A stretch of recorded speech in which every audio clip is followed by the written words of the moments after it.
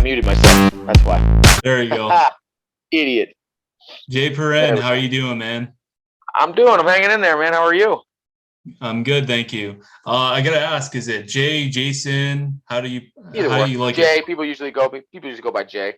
Jay. And I hope I got your last name right. I want to say Perrin or Perrin. How do you say it? Perrin. Perrin. Perrin. Fair Yes, enough. sir. Fair enough. Before I dive into your career here, I just like to get to know you a little bit, like how everything kind of started and how this whole journey started for you. So I understand that your first amateur fight was in 2012, but what prompted your decision to get into MMA?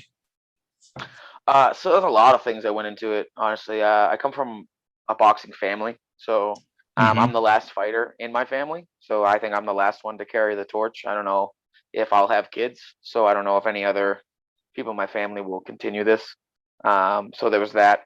I was also an actor before I fought, and Okay. I was training the whole time that I had I was signed to like an agency, and I had gone for auditions. I auditioned for like Meet the Robinsons at one point. Like I was trying to be in movies and stuff, and I just didn't have control of my own fate. And I was more interested in having control. So I went to fighting because at least in the cage I can dictate what happens to me. So that was a big part of it. But it was always I just really got fighting. You know what I mean? I understood it. But my brother was the real big athlete, and I was a theater kid that did ROTC, and you know what I mean.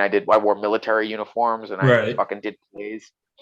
course. And fighting was just something that I got. You know what I mean? I just understood it. It came to me very naturally. So that's pretty much how I got into it. I just loved fighting from the second that I did it. I was gifted at it from like a really young age, and it puts me in control of my own fate a little bit more. Okay, fair enough. And before I get any further, I see you got the tattoo up there. You got like the Joker thing. Is that the whole part of your Instagram name is the Killing Joke? Is that how you got that? Yes. So the Joker thing was so I have a teacher of mine. He's rest his soul. He passed away. Who was a big mentor of mine. And when I was younger, and even now, I've struggled with mental health issues for Hmm. most of my life.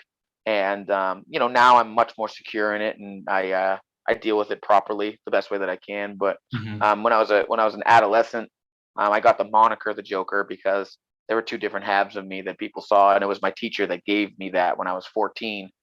So the Joker and the Killing Joke is really kind of an homage to my old teacher, and like a reminder of who I am and where I came from, and Hmm.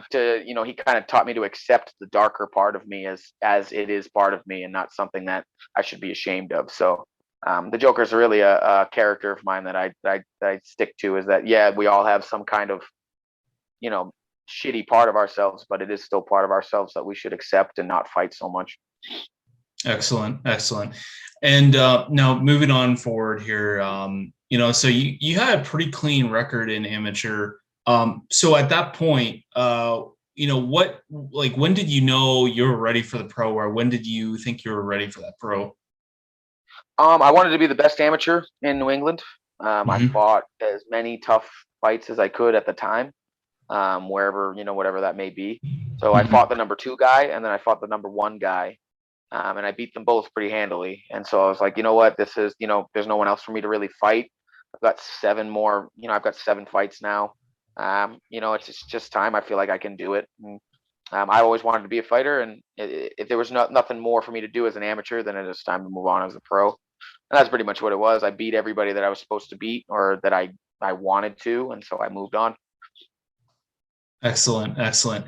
And then you get into your pro. You kind of you're experimented with a couple organizations, and Yeah, Bellator or some other organizations. But then you kind of almost like you found your home in Cage Titans.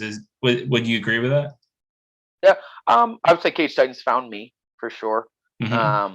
They've been really wonderful. They're a wonderful promotion to work with. Michael Vera's fantastic to work with for any fighter. He's a fighter's promoter, to be honest. 100%. Um, I think that yeah, with Bellator, that's really disappointing. I really wish I had those ones back because honestly, those were two really good performances I put on, and I have nothing to show for them. Not a picture.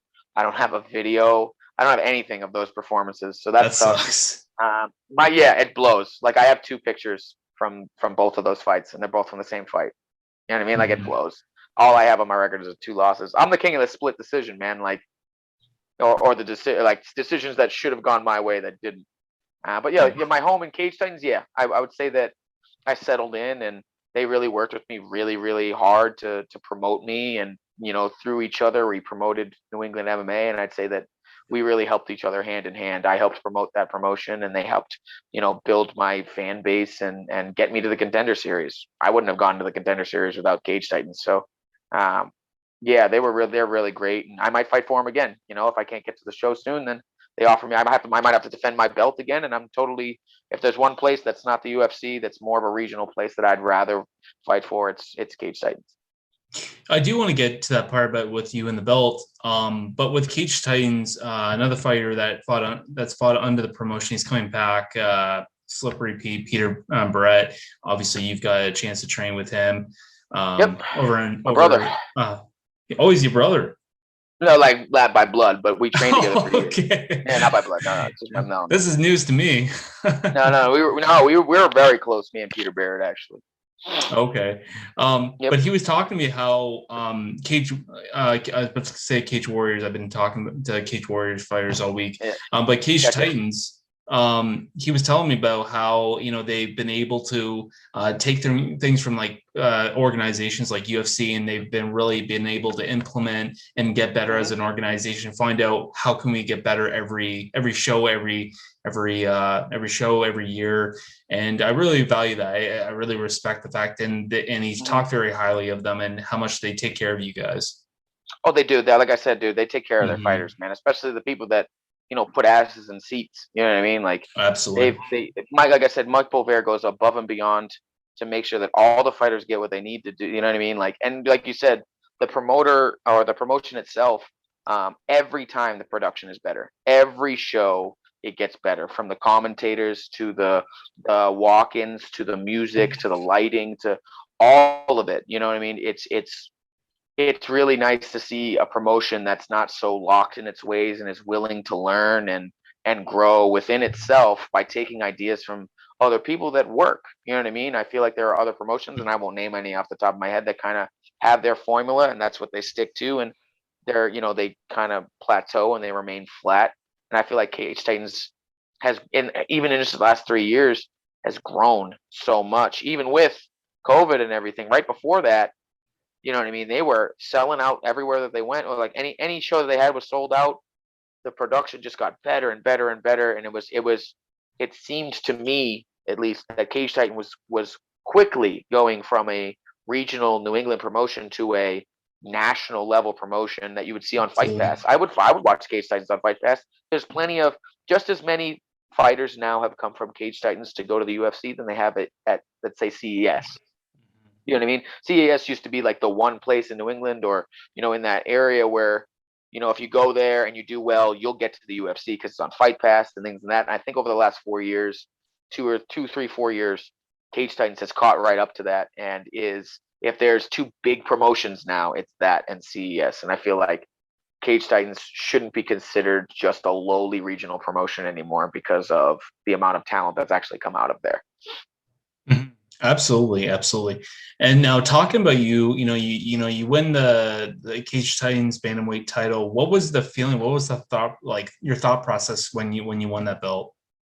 I was numb at first, man. I try and take every fight like just another fight, not put enough pressure on myself. You know what I mean? I just need to win this fight. I don't care about a belt. And once he wrapped it around my waist, it's a dream come true, man. Because no matter what anybody says to me or about me, or behind my back, I did that. You know what I mean? I won that. That's my belt, and I not only did I take it, I defended it, and so that is mine. And people don't consider it, whatever. I consider me to be a professional world champion because of that. You win a pro belt, that's hard, man. I know people in my family that didn't win pro belts. I know people that never go throughout their lives. I know people that I considered better than me that never got a chance to win a belt. You know what I mean? And I did. So it's a really special thing that I got to do at the end of my life, at the end of my career. I can show my kids and my grandkids or whoever I did this, and I worked really hard, and it took a lot. And But when I remember, dude, after that, I got that belt. My eyes were swollen. I remember going back to my hotel room and I just cried because I did it. Because I don't think a lot of people understand, even if you're not in the UFC, how much work that takes to fight 5 rounds against somebody that's good. I don't like the guy I got the belt from, but he's a staple and he's been around for a while. He's a tough fight, and to finally have that, I guess, that feeling of I did it. I finally did it. I did something worthwhile in this, and it was just amazing, and I'll chase that feeling forever. It's not a regular win.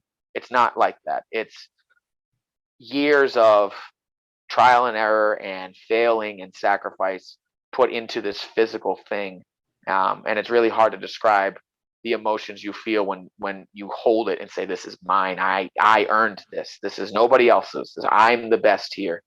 So that's the best way I can put it. The best way that I would say, the Rose Namajunas. I'm the best. I'm the best, and that's how I felt, as I finally proved it, that I'm the best here, and I'll continue to. Very few fighters, I think, very few fighters just rise to the top and just get the belt. It's people miss the understanding that it is all the hard work that leads to that moment. Mm-hmm. Yeah. Oh yeah. Tons. And that's that's part of the promotion. People don't get to see that. People don't get to see they see the highlights and the Instagram posts of, they're working real hard. They look really sharp, but there are no Instagram videos of us where we look like shit. There are no highlights where we're just getting stomped. You know what I mean? Everybody thinks that this comes so naturally, and it doesn't. And there are more days where you're getting your ass whooped than you aren't, and it's the eating, it's the soreness, it's the getting up for 4 hours a day. I know people that do 20 push-ups and fucking complain for 3 days about how much their body hurts or something like that. But I'll tell you what, me and Chris Curtis just came back from 2.5 hours of fucking jujitsu, and I know Chris is going to go back and do something else. He's got to fight in 4 days. In 4 days, he just did 12, 13 5-minute rounds, something like that, of just going with black belts, and he's going to go do something else because he has to. Because if he doesn't, you know what I mean? Anything left to chance could be a reason why he lost. And that sucks because I know the man's tired because I've been watching him fight, or I've been watching him train for weeks and weeks. And there's no way he's not tired, but the guy gets up and he does it anyway because this is our job.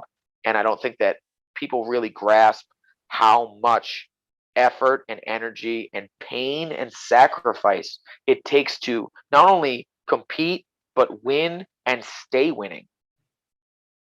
Absolutely. It's every day is part of the process, and not just getting the belt, but keeping it. You have to work twice as hard to now keep it. Yep. And I don't mind that. I don't mind a target on my back. In fact, people ask me why I talk so much shit. It's for me. I talk shit for me because have to. I know that once I say those words, I'm saying this shit to people. I gotta back it up. I can't just sit here and say I'm gonna stomp you and then not show up to the gym.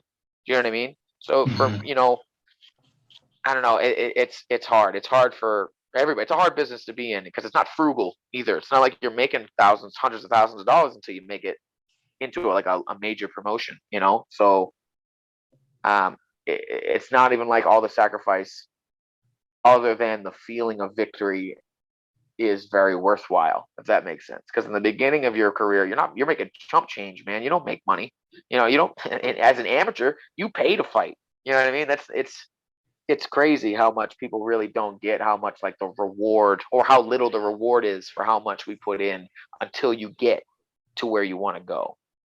100%, 100%. But yeah, so talking about Dana White Contender Series, obviously you had a chance to get in there, didn't go the way you wanted to, but you got a chance to come back to Cage Titans. Now I'm a little confused because I was reading on that. Did you still get to keep your belt, or how'd that whole process? It was a catch weight because they wanted me to do it on like 10 days notice. They were like, and I walk big, and you know what? At the end of the day, man, I'm a prize fighter. I'm a champion, and if you want a championship caliber fight, you're not going to ask somebody to cut weight for a championship caliber fight in 10 days. You're not. No, so I said, I'll fight, but we got to do it at 140. And he agreed to do it at 140. And that's what it was. And I said, if you want to run, like I have already told Diego, if he wants to run it back, we can do that. Call him up. We'll do it again. We'll do it for 5 rounds. Because I know for a fact I'd finish him inside 4, and it wouldn't even be close. I know how he fights now, and he's a cheater. So I'd fight him again. I don't care. I'll fight anybody at this point. Johnny Cupcakes. I'll fight whoever they want me to fight. I don't care at this point. I've been on the shelf too long, and I'm better than all of these people, and all of their performances have shown me that. I know where I am, and I know where they are, and Mhm. I got to keep my belt, but it was just like it was a 3-round fight. It wasn't a 5-round fight. It was and 2 days before we were supposed to weigh in, he's like, "Yeah, let's make it this," and I'm like, "That's not how that works. You signed the contract for this. Now you're trying to pull a move. You want to make it in an appropriate amount of time? Sure, we can do it, whatever. But again, this is my career, and like when people go, you're a pussy because you don't want to cut 30 pounds in 10 days or like 20 pounds in 10 days. Well, you're an asshole, dude, because this is my life and I'm not, the whole bleed for me thing isn't for me. Like everything that I have to do at this point in my career is a business decision and how well I match up with it. It's not like nobody's going to tell me I can't take hard fights. Nobody's going to tell me I don't take hard fights. Nobody. Johnny Cupcakes, Kin Moy, Diego Silva, Dwight Joseph. I can keep going. Every time that I fought, it has been to my level or higher. I've never fought a can. So I never want to hear that I don't want to fight anybody or I don't take tough fights or anything like that. I don't want to hear it because I fought a murderer's row of people and beaten them all. Not like just beaten them, but dominated them in every facet that I can. So it's not Cool. like, do you know what I mean? Like, it's not like I'm taking easy fights. Diego was what, number fucking 13 in the country when I beat him.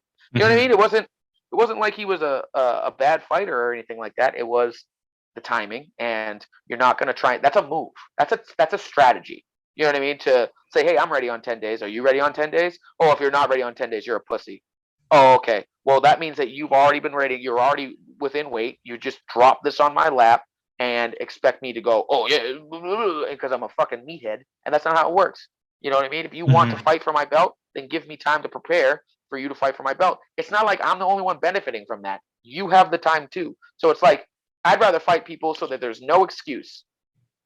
There's no excuse for you to be. That's why I said if anybody wants to pitch me Johnny Cupcakes, give him 8 weeks, give him 9 weeks, give him as much time as you need to give him because I don't want a single excuse as to why he lost when I finish him, and that goes for everybody, anybody. I want you to be at your absolute best, so that when it's over and my hand gets raised and I finished you, you have nothing to say. So that's pretty much where my position was on that fight. If Diego wants to run it back, that's fine because CES booked him for a title eliminator, which is fucking wild because I've been trying to get on that card forever, and they booked the guy that I just beat. But whatever, I'll fight him again wherever the fuck they want. At this point, I don't care. I'm better than all of these people. So wherever they want to go, whatever belt they want to fight for, I'm gonna finish you. I'm gonna do it inside 3, and then we're done. Excellent. Um, quite the statement you made. And I mean, looking at your, this promotion, obviously you were supposed to have a fight last year. COVID, Yeah, I'm assuming that's what happened. The COVID can't your fight got canceled due to the yeah. COVID, and everything's kind of been on hold ever since. Obviously now Cage Titans is coming back with another card soon. Mm-hmm. So I guess that being said, like what during that time have you like has that been kind of good for you, not good for you? Has it been kind of bittersweet? I would say it's up and down. I would say Mm-hmm. overall it's been good for me Mm-hmm. because I had time to work on my craft. I became a coach. I because of that I became a lot more technical. It gave me the time to work on the things that I wasn't working on. It gave me time for my body to rest because if you knew me at all back when I was in Boston, I was constantly in a camp, man. Like for like 2 straight years, whenever a camp ended, I might have taken 4 or 5 days off, got back to the gym, and I'm back in another camp. And that sucks. That just sucks after a while. You get really drained, um, and you get tired, and that's how injuries start to happen. Is that you just don't take a break. And the year has been nice for me to like sit back, take stock, and really not only just physically, but um, learn the game better. I've learned the business of MMA a little bit better, just sitting back and watching everything. And so I have a better grip on that. And technically, I'm more proficient than I've ever been. I've worked on quite literally everything I can work on for the last year and a half. So all I want at this point is that I'm in the mental space to fight. I'm in the fucking physical shape of my life. So I would say overall it was good, but I really suffered mentally. because training and Yep. fighting was my outlet. That's how I deal with things, and coaching is now another outlet that I have, and that's great. I'm glad that I found that. But before that, I really went to a bad spot in my head for like 4 or 5 months, where I just honestly didn't think I was going to make it through. I didn't think I was going to make it through 2020. If I'm honest with you, I thought I was going to take my own life last year. It got really bad. And I don't know what really switched it back on, to be completely honest with you. I think I just showed up one day and I decided I'm not gonna quit. I refuse. And as dark as it got, it's turned out to be okay. I'm in a better place now. I'm in a better gym. I'm with better coaches, not better, but different coaches that are helping me improve. And I would say that overall it was good, but it got fucking rough there for a little bit. Yeah, it was 2020, and even part of this year has been really rough for a lot of people. I know in the States, obviously they're turning a corner. The vaccines are rolling out, and a lot of states are really going back to the normal. Yep. But it's been a tough year for a lot of people, and I think the fact that they're doing the right thing and bring the shows back to where they need to be. It's good for the fighters too, not just the mental health, but just physical. I mean, a lot of these fighters are eager to get back in. So talking about yourself here with this layoff and being able to train more and coaching now, what are you the most excited to show? Or sorry, what would be the most exciting thing that you want to show in your next fight? I want to knock somebody out, man. I want to go back to my finishing ways. I finished a bunch of people. 5 of my 9 wins are finishes. And then I started getting to the higher levels, and I think that I didn't take enough calculated risk in those fights, if that makes sense. There were definitely points against Diego, Johnny, and Kin Moy, even Dwight, where I could have finished, and I didn't take the chance because I took the safer route, if that makes sense, and it came back to bite me, especially in the Dwight fight. So yeah, I just want to finish. I'm looking for finishers. I'm looking for ways to tactically destroy you all the time, and that's what I've been working on. Is just my finishing mentality and my hands and my feet, and just putting it all together a little bit better. I would say that I'm a very complete fighter. There's not one place where I'm not good, and I'm a tough matchup for everybody, which is why I'm coming up with a hard sell on trying to fight me, because there's no one that's just going to walk through me. So what I want to display is I want to display my hands and my feet, man, because I think that as much as I love Cage Titans, their cage is more centered for grapplers instead of, really technical strikers. So I'd really like a bigger cage, but what can you do? Whoever gets put across from me is going to get my hands put on them. I'm training with high level UFC veterans all the time, and I'm doing just fine against them. I'm seeing things on my field. The way I put it is I have better field vision, if that makes sense. Like Tom Brady behind the center, you know what I mean? I can see the defense. I can read the defense better. I know Tom Brady. I know. But I can read the defense like a quarterback a little bit better. And it helps me see everything. Everything is kind of slow now. So I've trained the mental part of this as much as I've trained the physical part of this. And I think that you're going to see a much more purposeful me. Everything that I do has a purpose to it now. It's not just kind of, I'm going to touch this here, I'm going to touch this there. Everything I do has a purpose to it, and it's leading to me finishing you. That's everything I'm looking for, is to stop you dead right there. So if the next time, whenever they book me, whoever decides to grow a fucking pair of balls and fight me, get ready, because I'm going to put my fucking shin across your mouth, and then I'm going to put it, however you land, I'm going to finish you.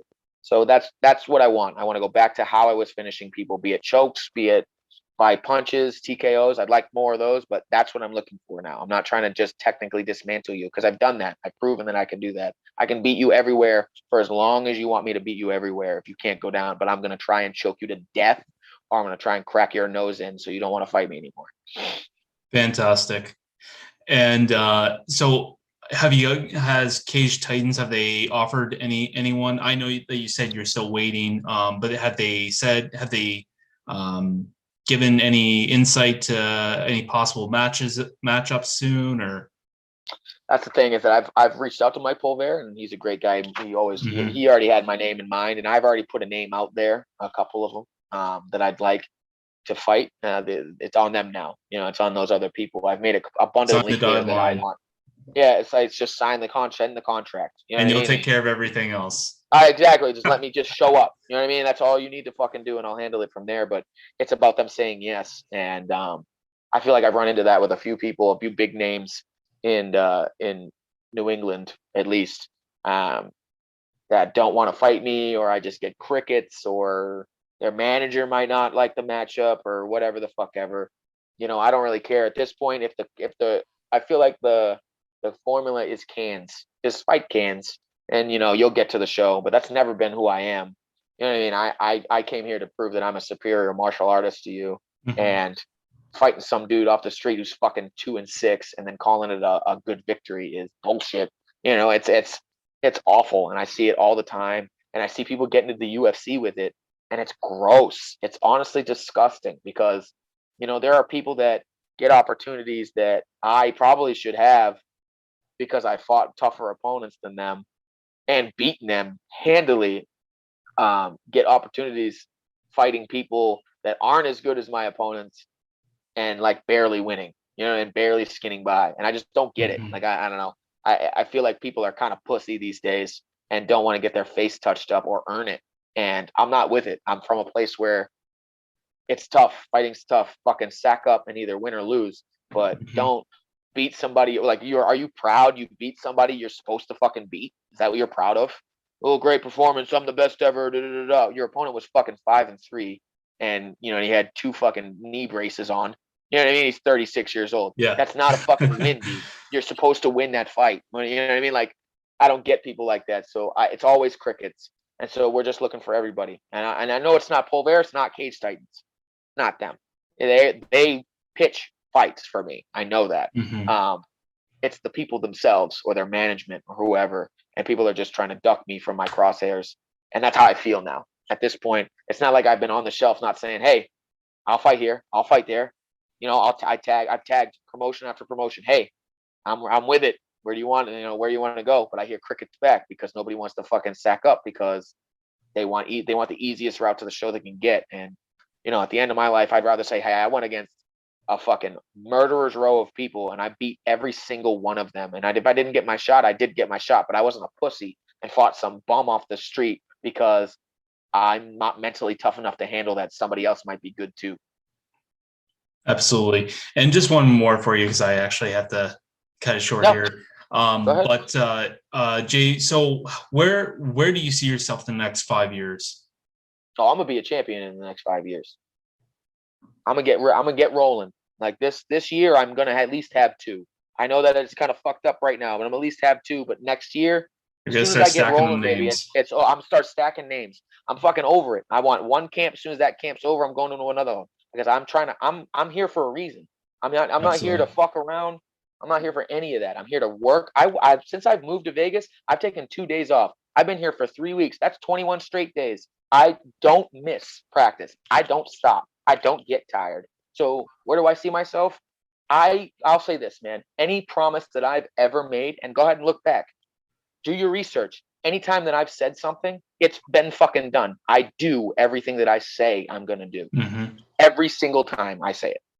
So where people doubt me is kind of funny, but I promise you in the next 5 years, I will be in title contention or I will be the champion of the UFC. I fucking guarantee that.